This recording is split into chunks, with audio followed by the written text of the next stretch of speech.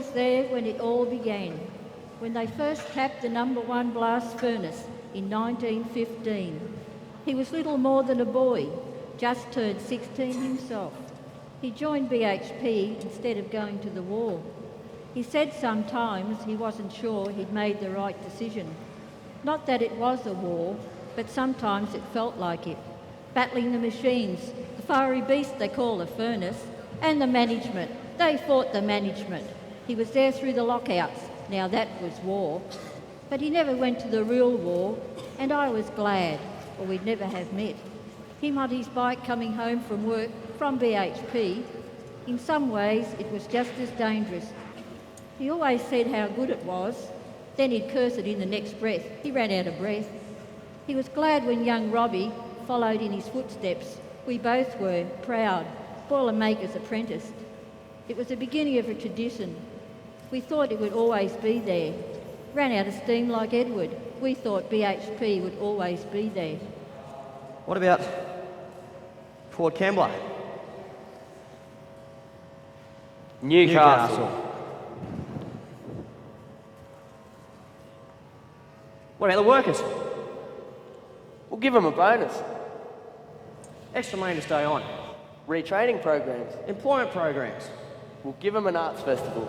To deal.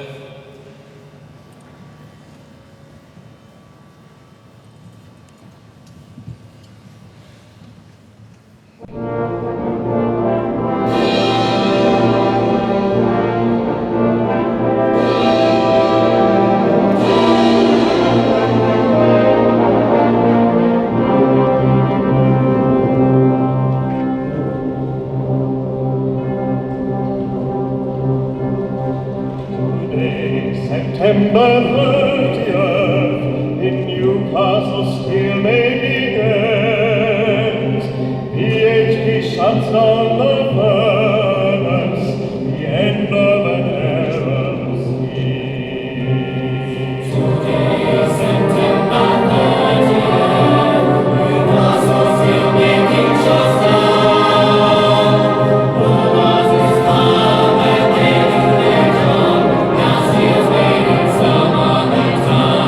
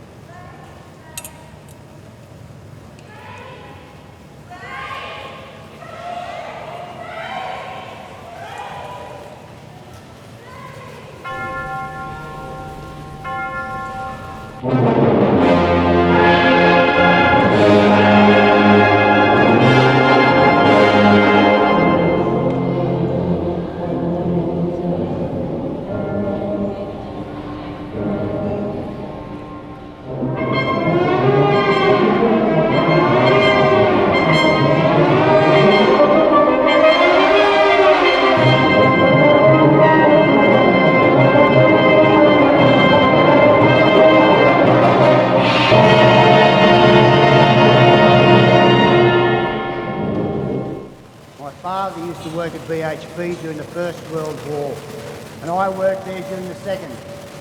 I retired in '81 after 43 years service. It was a hard job, but it was a job for life. My boys worked there too. Gary worked there. He was treated out of his retirement by 4 years. Eddie was still in the furnace actually in '69. Thousands of people who used to work here. And the migrants came after that. I remember one chap, he was a lawyer in his own country. And he came over here and he was at the BHP. They were yabbering away, and we also remember they were singing, "Oh solo meow," in their own languages sometimes.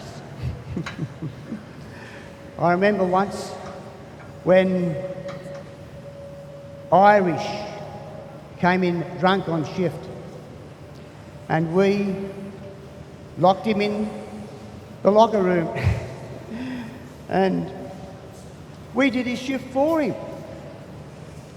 I was cut when Gary said they don't do things like that anymore. BHP has become more self-contained now. You don't see things like that anymore. You don't see people anymore. BHP was like a city, thousands of people. But now you don't see any people anymore, like Gary. It was boom time when I got a job here. 60s. Yeah, there's a lot of migrants around, plenty of work for everybody. Not like later. Got ugly then. Terrible things were said. Racist things. Hurt Luciana and her family.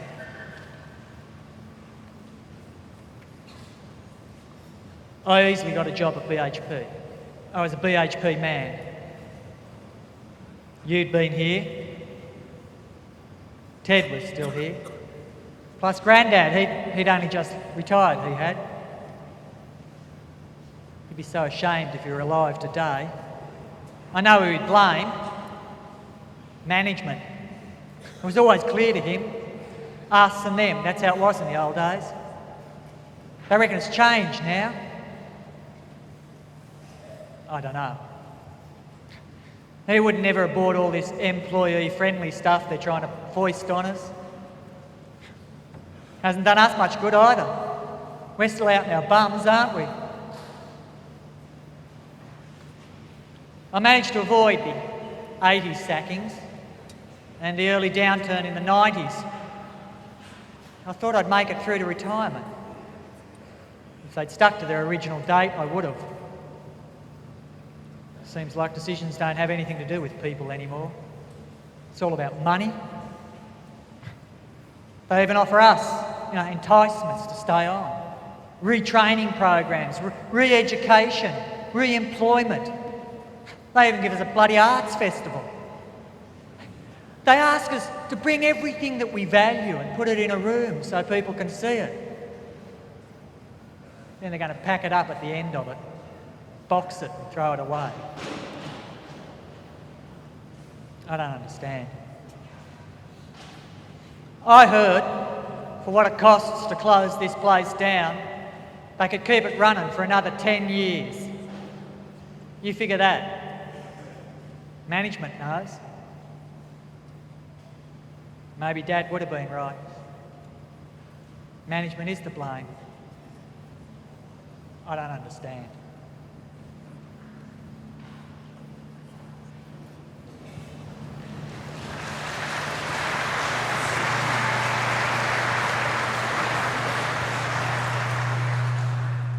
They say they don't understand, but they do really. We knew it had to close. The machines were wearing out and they weren't really fixing them. And technology caught up with the place. It's cheaper to make steel elsewhere and they know that. What they don't understand is what it means to them. They're frightened, feel betrayed, angry. Gary and I planned on getting through to his retirement. especially after I was let go in 85. Now we've been caught short, run out of time, takes the wind out of you. You don't know what will happen. Oh, the redundancy package is generous, but that doesn't buy out the fear or the feeling of betrayal, and it doesn't pay for what's really been lost. And it's hard for some of them to express that. The place is full of memories. Gary and I met there. I was working there in '66 when my family arrived from back home. Helped me with my English. We married. Now Newcastle's home. We have our own family. BHP was like a family. They are going to bulldoze the lot. There won't be anything to show our grandchildren of where Gary and I met. What we did, what our parents did. It's the memories.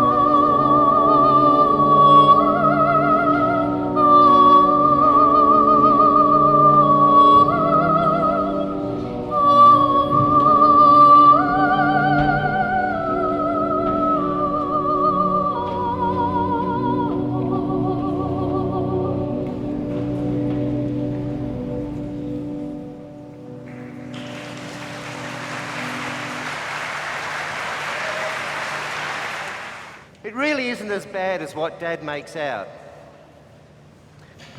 You know, he is really going to enjoy his early retirement. You know, at least he came through okay. Not like Uncle Ted. We've all heard of stories or know of people who have had accidents or have even died on this site during the history of its occupation here. It's all part of the history. It's part of my family's history. I'm a fourth generation steelworker at BHP. Yeah, but you're on the staff and you're staying with the company afterwards. And I'm going to enjoy it. I'll be senior to you. Well, I'm not staying with the company. I'm an experienced and certified tradesman, and I've got nearly 10 years' experience. Plus, I've got 2 extra certificates, courtesy of BHP. Pathways is looking pretty good to me. I reckon there are heaps of industries out there I should be able to get a job in. No problem at all. It's not as if we haven't had time to prepare. Mind you, there are people out there at the works who've been in denial about whether the steelworks is really going to close. It's going to hit those people pretty hard, like psychologically, let alone what they're going to do for a crust. If you make plans and prepare yourself, it's not that big a change. Look at you, metallurgical engineer. Not yet, I've still got 1 year. Well, you better finish or you won't get overseas. Oh, I'll finish. I mean, I'm lucky to have an opportunity like this. I mean, with my degree, I should be able to find a really good place for myself in a new global BHP. Possibly winters in Canada, summers in Angola. Woohoo, good for you. But I mean, it's no different from you. You have your future and I have mine. But that doesn't mean that I can't see how it affects lots of others. It's just that we all have our own future.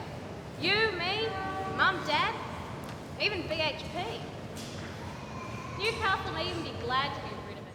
Oh, you mean Big Harry finally put out to pasture? Maybe it is about time.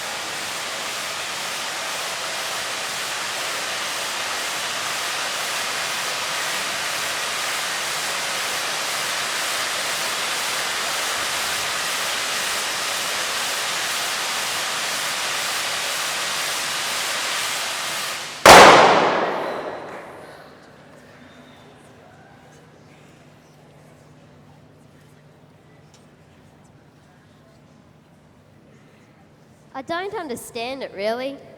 BHP doesn't mean that much to me. I was never going to work there anyway. Nearly everyone else in my family did. My great-grandfather was there at the beginning, when they first tapped the number 1 blast furnace. I've seen pictures of him. He looks about the same age as B. My pop, my dad, Mum, John, Maria, my uncle who got killed there. Never met him. It was before I was born. But they talk about him and it's like he's sort of around. But I don't want to work at BHP. I want to work in computers, designing games or something like that. Maria, my sister, says I could still work at BHP because it's all computers there now anyway. But it's too late, even if I'd wanted to. I guess I'll just never work at BHP.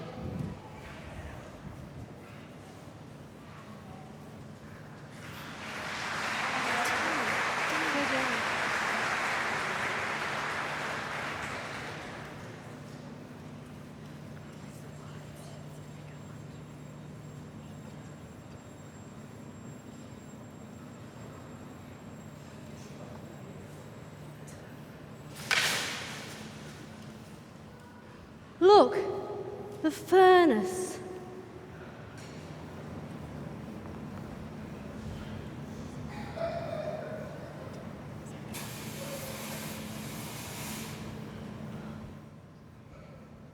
But this is the life anyway. Yeah.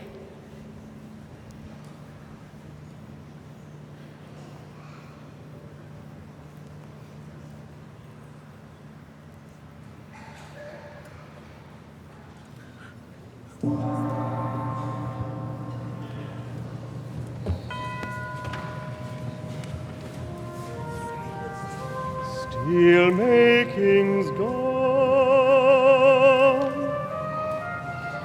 the fire burns on.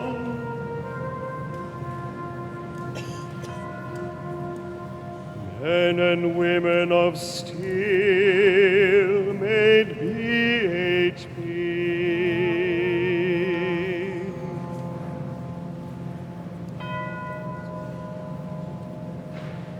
Their toil, their sweat, their lives, this furnace extinguished will be leveled, all gone.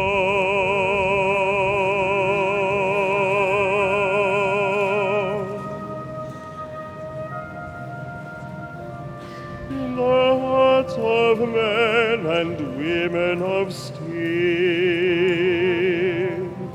in the hearts of men and women of steel,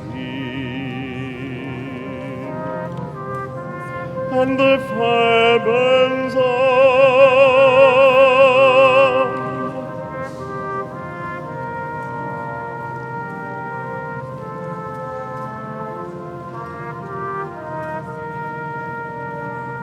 As the gates close,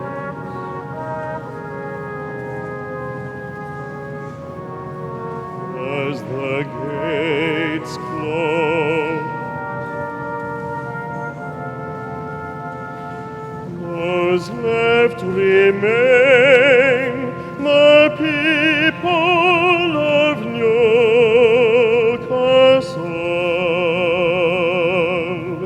who made BHP.